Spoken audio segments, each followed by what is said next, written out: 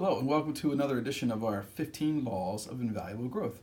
My name is Tom Miller, and I'm your coach, and I'll be taking you through Chapter 3, The Law of the Mirror. You must see value in yourself and add value to yourself as a leader, right? Developing self is all about the potential, and not just the potential that other people see in you, it's mostly the potential that you see within yourself. So taking a look at the mirror, your view of yourself determines your behavior, and one's never going to outperform your self-image, right? You'll never outperform how you feel about yourself. So the value that you put on yourself is the value that others are going to put on you, right? So if you place a small value on yourself, nobody's going to raise the price, right? The rest of the world is not going to raise the price because you put a small value on how you can be successful, right?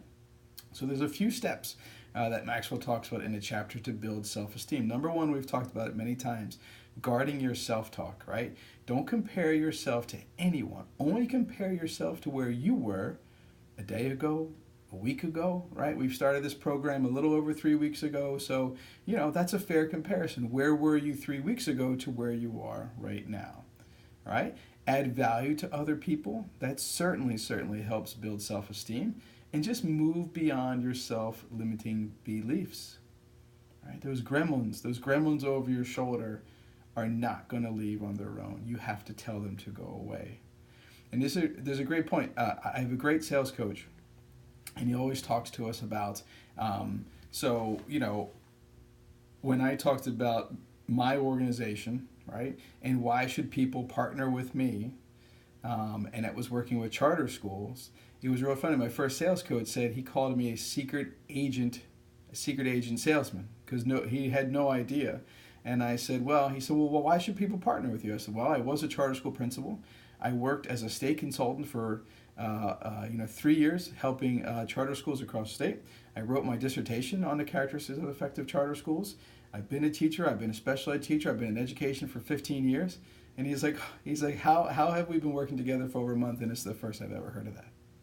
Right? So you have to move beyond your self-limiting beliefs. It's important. That's why I had to do that exercise to write down the 100 qualities of why, your 100 positive qualities. You need to be your best salesperson, and everything in life is about sales. Every single thing in life is about sales, right? So whether you think you can or you think you can't, either way, you're right. Henry Ford told us that, right? So either you think you can or you think you can't. You're right. So immediately, as soon as I say, I can do that, absolutely. If you start that self-limiting belief that you can't do it, you won't be able to do it, right? Because you've already told yourself that you can't. So here's steps to build your self-esteem. Do the right thing, even if it's the hard thing. Practice the small disciplines each day and celebrate daily victories. Okay, embrace the positive image of your life, how difficult it is to accept compliments, and I'm not very good at it at times.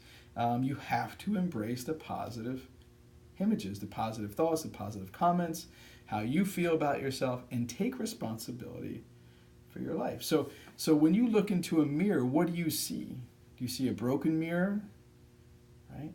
Do you see a confident person? Are you able to tell yourself the great things about you, right? We talked about Stuart Smalley, right? I'm good enough, I'm smart enough, and gosh darn it, people like me, right? You've got to choose wisely, because when you look in the mirror and see someone different, that's a big problem, right? That's a big problem.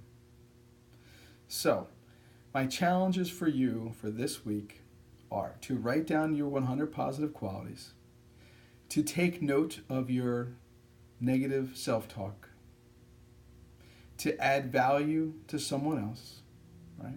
And to celebrate every small victory. Just one a day, right? As soon as you wake up each day, take a little bit of time to write down a little bit more of your positive qualities.